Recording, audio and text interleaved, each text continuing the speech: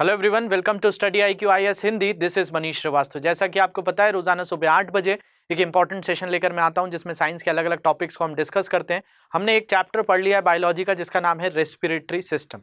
तो respiratory system से related अब किस किस तरह के क्वेश्चंस आपको प्रीवियस ईयर्स में आए हुए हैं उनको हम यहाँ डिस्कस करेंगे। साथ साथ इससे और भी जुड़े हुए जो MCQ हो सकते हैं, इसके सारे एस्पेक्ट्स को उनको कवर करने की कोशिश करेंगे। हमने सारे ही इसमें जो है रेस्पिरेटरी सिस्टम्स में जो जो टॉपिक्स हो सकते हैं उनको कवर कर लिया। आज पूरी तरह से जितनी भी चीज़ें पढ़ी हैं उनको कंबाइन वे में कवर करेंगे, जिससे आपको ज़्यादा से ज़्यादा क्वेश्चंस इसके बन सकें और हम हर एंगल से जो है ये चैप्टर को पढ़ सकें। इस तरीके से हमारा अप्रोच होगा। इसके अलावा कोई भी डाउट्स हैं इन सोशल मीडिया हैंडल पे मुझसे जुड़ सकते हैं। लेक्चर की PDF यहाँ से आप डाउनलोड करेंगे। तो शुरू करते हैं पहले क्वेश्चन से। पहला क्वेश्चन दिया है कि Krebs cycle occurs in aerobic respiration due to. Aerobic श्वसन में क्रेब्स चक्र किसके कारण होता है? तो देखिए, हमने यही पढ़ा था कि हमारे ब्लड में होता है ग्लूकोज।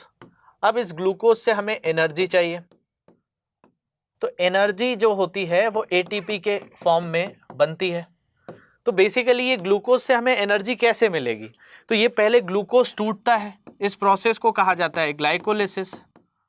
अब ग्लाइकोलिसिस में ऑक्सीजन की कोई ज़रूरत नहीं होती है, ये इसको किस में बदल देता है? तो पायरुवेट में बदल देता है। अब इस पायरुवेट को अगर ऑक्सीजन मिल गया तो फिर ये जो है CO2 plus H2O plus 38 ATP की एनर्जी डेवलप करता है। इसी प्रोसेस को रेस्पिरेशन कहते हैं, श्वसन कहा जाता है। और ये श्वसन की प्रक्रिया जो है ऑक्सीजन की प्रेजेंस में होती है और इस साइकिल को क्रेब्स साइकिल कहा जाता है। तो बेसिकली क्रेब्स साइकिल तब होगा जब पायरुवेट को ऑक्सीजन मिलेगा। और ये कहाँ जाकर होगा? तो ये होगा माइटोकॉन्ड्रिया में। तो माइटोकॉन्ड्रिया में जाना जरूरी है। तो बेसिकली आपसे क्वेश्चन पूछा गया कि भाई क्रेब्स साइकिल एरोबिक रेस्पिरेशन में ही क्यों होती है?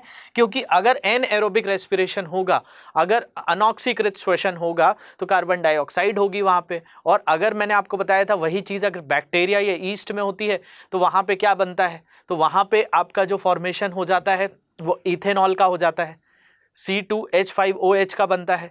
और साथ साथ अगर वही चीज़ मसल सेल में होती है तो लैक्टिक एसिड बनता है। तो बेसिकली एरोबिक रेस्पिरेशन होगा तभी ये प्रोसेस हो पाएगा। तो अगर हम यहाँ पर देखें तो ऑक्सीजन इज अ रिएक्टेंट लिखा गया है। ऑक्सीजन एक अभिकारक है। ऑक्सीजन एक अभिकारक नहीं है, एक रिएक्टेंट नहीं है। ऑक्सीजन जब तक होगा ही नहीं तब तक ये चीज़ होती ही नहीं है, क्योंकि ऑक्सीजन की प्रेजेंस में ही माइटोकॉन्ड्रिया में जाएगा। तो ये ऑप्शन तो हो नहीं सकता। दूसरा, oxygen has a catalytic function. Oxygen एक उत्प्रेरक का कार्य करता है। तो ऑक्सीजन उत्प्रेरक का काम नहीं करता है। रेस्पिरेशन में ये ऑक्सीजन यूटिलाइज होती है इस पायरुवेट को तोड़ने के लिए और फिर बनता है CO2 प्लस H2O। तो ये भी नहीं हो सकता। तो ऑल ऑफ द अबव तो होगा ही नहीं अगर एक ऑप्शन भी गलत हो गया आपका। तो पहला ऑप्शन देखते हैं, तो ये लिखा है electron transport chain requires aerobic conditions to operate. Electron परिवहन श्रृंखला को संचालित करने के लिए एरोबिक स्थितियों की आवश्यकता होती है। बिल्कुल इसी चीज़ की आवश्यकता के कारण, एरोबिक रेस्पिरेशन के कारण ही क्रेब्स साइकिल पूरी हो पाती है। और क्रेब्स साइकिल जब तक पूरी नहीं होगी तब तक आपका CO2 H2 और एनर्जी बनेगी नहीं। तो इसका आंसर हो जाएगा फर्स्ट। इसके बाद बढ़ते हैं अगले क्वेश्चन की तरफ। अगला क्वेश्चन था कि विच of the following is not form during the Krebs cycle.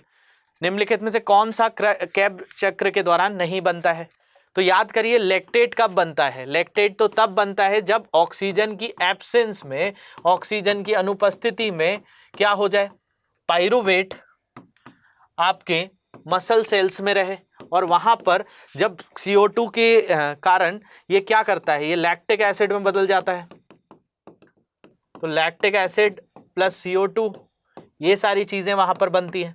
तो बेसिकली लैक्टेट कभी भी क्रेब्स साइकिल का नहीं बनता। आइसोसाइट्रेट, सकीनेट, ये सारी चीज़ें मैंने आपको बताई थी, मेलेट वगैरह होती है, तो लैक्टेट नहीं बनता है। बढ़ते हैं अगले क्वेश्चन की तरफ। अगला क्वेश्चन दिया है the wind pipe is also called. जो विंड पाइप होती है आपकी, उसी को क्या कहा जाता है? तो उसी को ट्रैकिया कहा जाता है। तो विंड पाइप को ही आप ट्रैकिया कहते हैं। तो ट्रैकिया से ही आपकी जो श्वास ली है वो आपकी ब्रोंकस से आपका अलग अलग लंग्स में पहुंच पाती है, ब्रोंकियोल से, और फिर यहाँ पर एल्वियोली जो होती है वो इनको ट्रांसफ़र करने का काम करती है। तो इस चीज़ को आप क्या कहते हैं? इसको ही आप ट्रैकिया कहते हैं। तो बेसिकली विंड पाइप का नाम क्या है? ट्रैकिया है। नेक्स्ट क्वेश्चन देख लेते हैं। नेक्स्ट क्वेश्चन है कि carbon monoxide poisoning effect mainly which one of the following. Carbon monoxide विषाक्तता मुख्य रूप से निम्नलिखित में से किसे प्रभावित करती है? अगर हम बात करें डाइजेस्टिव एक्टिविटी को, तो डाइजेशन में क्या काम आते हैं? तो डाइजेशन में आपका एंजाइम्स काम आते हैं और हार्मोन्स काम आते हैं। तो अगर डाइजेशन में आपका पाचन क्रिया में एंजाइम और हार्मोन्स का रोल है तो कार्बन मोनोऑक्साइड का तो कोई रोल नहीं है। लिवर फंक्शनिंग की बात करें तो लिवर का जो काम है वो डिटॉक्सिफिकेशन का एक मेनली काम है। लिवर को बेसिकली कार्बन मोनोऑक्साइड से कोई लेना देना नहीं होता। किडनी के साथ भी ऐसा ही है। लेकिन जो आपका ब्लड के अंदर हीमोग्लोबिन होता है, इस हीमोग्लोबिन के साथ कौन अटैच हो जाता है? ऑक्सीजन अटैच हो जाता है। लेकिन इसे ऑक्सीजन से भी ज़्यादा कौन पसंद है? Carbon monoxide. तो कार्बन मोनोऑक्साइड क्या होगा? इसके अंदर मिल जाता है। तो बेसिकली ऑक्सीजन कैरिंग कैपेसिटी जो है ब्लड की, वो इफेक्ट कौन कर देती है? Carbon monoxide poisoning. अगर कार्बन मोनोऑक्साइड आपके आसपास ज़्यादा होगी तो हमारे ब्लड में कार्बन मोनोऑक्साइड बढ़ जाएगा और हीमोग्लोबिन पूरी तरह से पॉइजनिंग हो जाएगी और ये आपकी ऑक्सीजन ले जाने की क्षमता को प्रभावित करेगा। इसके कारण लोगों की मृत्यु भी हो जाती है। नेक्स्ट क्वेश्चन था asthma is cause due to the inflammation of. दमा की किसकी सूजन के कारण होता है? तो आपकी जो ब्रोंकाई और ब्रोंकियोल्स होते हैं, इनके अंदर बहुत ज़्यादा सूजन हो जाती है और ये पूरी तरह से इन्फ्लेमेट होने के कारण इनसे आप श्वास ढंग से नहीं ले पाते हैं। तो बेसिकली ये अस्थमा से रिलेटेड होता है। इसके बाद which of the following disease can be found in workers working in a mill. Mill में काम करने वाले श्रमिकों में निम्नलिखित में से कौन सा रोग पाया जाता है? तो मैंने आपको बताया था ऑक्यूपेशनल रेस्पिरेटरी डिसऑर्डर्स होते हैं, व्यावसायिक श्वसन संबंधी विकार होते हैं। जो सिलिका इंडस्ट्रीज में काम करते हैं, कांच के रोग करते हैं, उनको सिलिकोसिस हो जाता है। अगर वो कोयले की में करते हैं तो एंथ्रोसिस हो जाता है।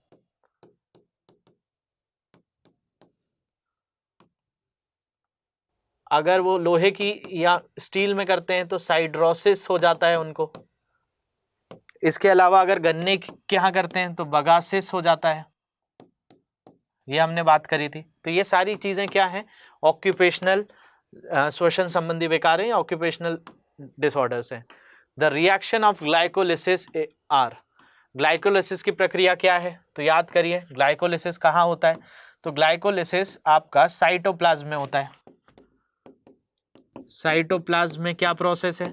तो आपका जो ग्लूकोज था, जिसके अंदर क्या है C6H12O6 है, और इसी से आपका क्या बन जाना? पाइरोवेट बन जाना।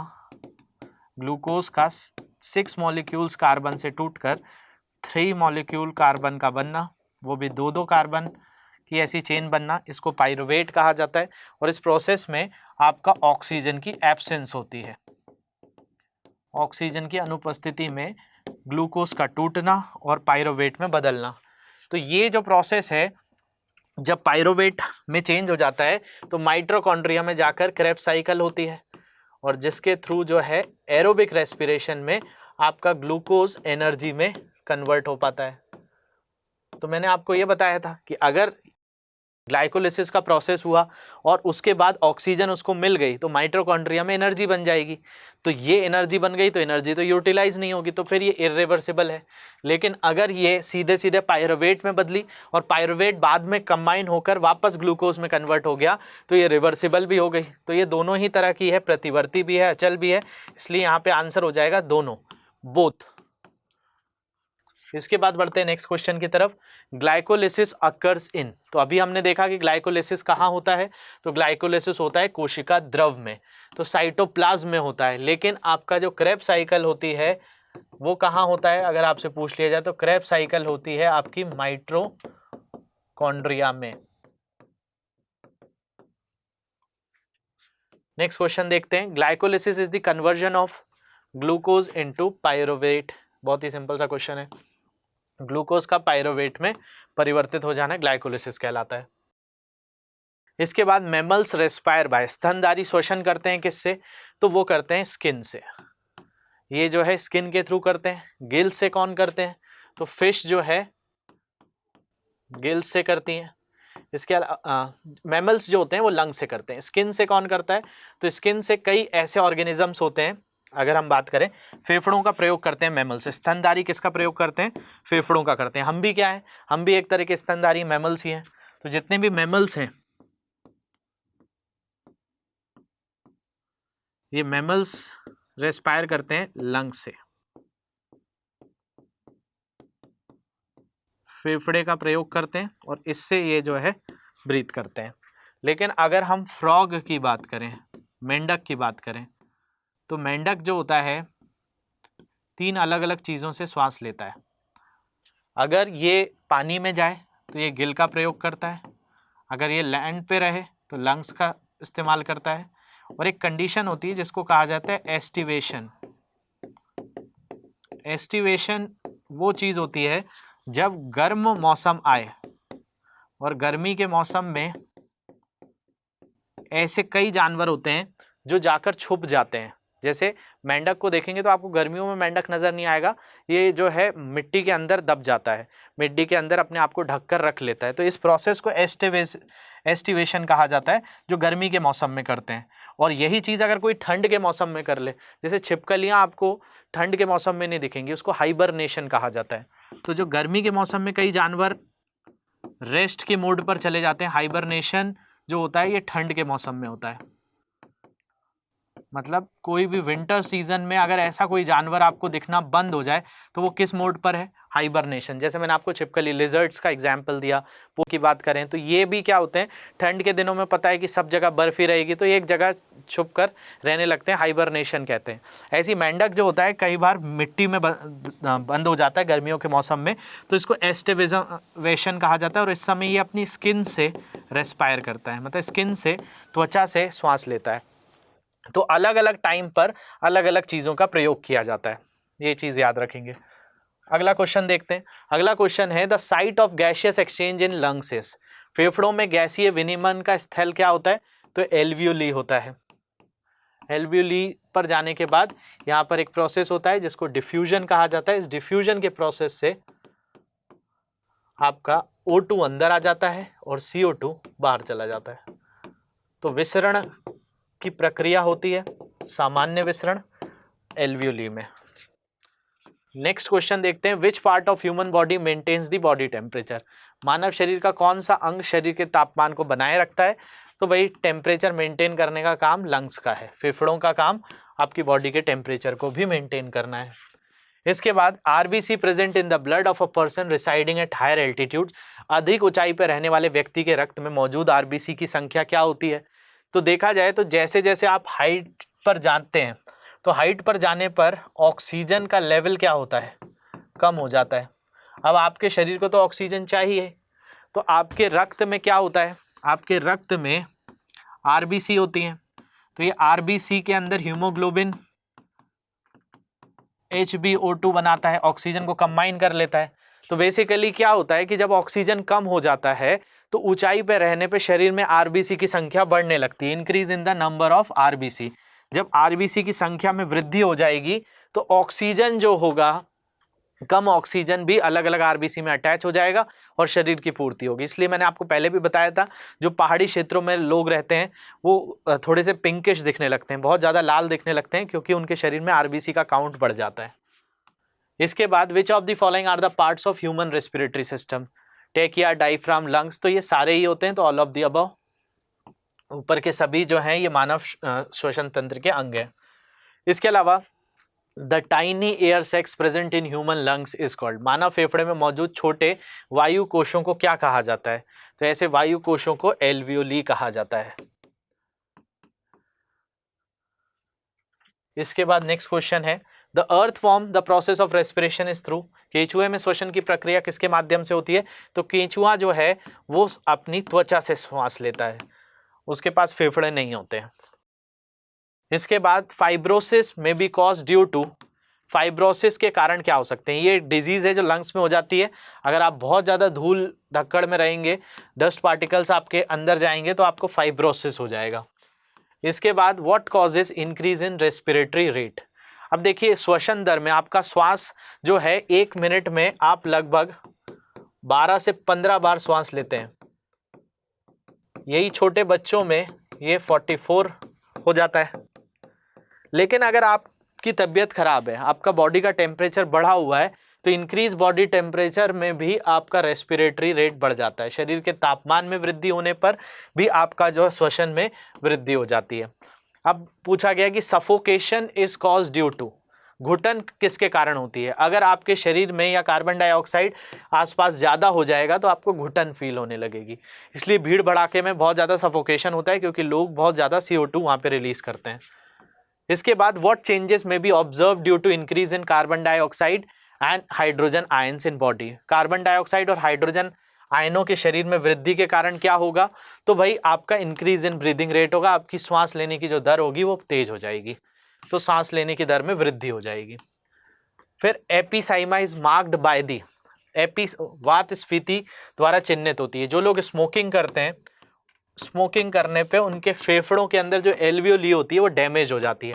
इसी कंडीशन को एपिसीमा कहा जाता है, वात स्फीति कहा जाता है। तो ये किसके कारण होता है, डैमेज ऑफ एल्वियोलर वॉल, वायु कोश की दीवारों में क्षति पहुंचा देते हैं ऐसे लोग।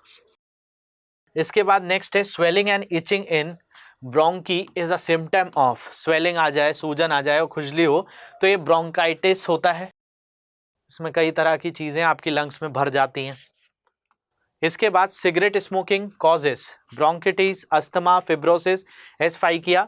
तो यहाँ पर आंसर सही होगा एम्फीसीमा, जो मैंने अभी थोड़ा सा बताया। इसमें से कोई सा भी ऑप्शन सही नहीं होगा, एम्फीसीमा को याद रखेंगे। इसके बाद low oxygen supply to tissue is scientifically known as, ऊतकों का कम ऑक्सीजन की आपूर्ति वैज्ञानिक रूप से क्या कहलाती है, तो इसी को हाइपोक्सिया कहा जाता है। दम घुटने वाली जो स्थिति होती है वो हाइपोक्सिया ही होती है, जब ऑक्सीजन की आपूर्ति पूरी तरह से नहीं हो पाती। तो ये जो है क्वेश्चन है। इसके अलावा low oxygen supply to the tissue, यहाँ पे क्वेश्चन जो था यही है कि लो ऑक्सीजन सप्लाई को क्या कहेंगे, तो आपका हाइपोक्सिया ही कहेंगे, दम घुटने की स्थिति कहेंगे। तो ये क्वेश्चंस हमने यहाँ पर डिस्कस कर लिए हैं।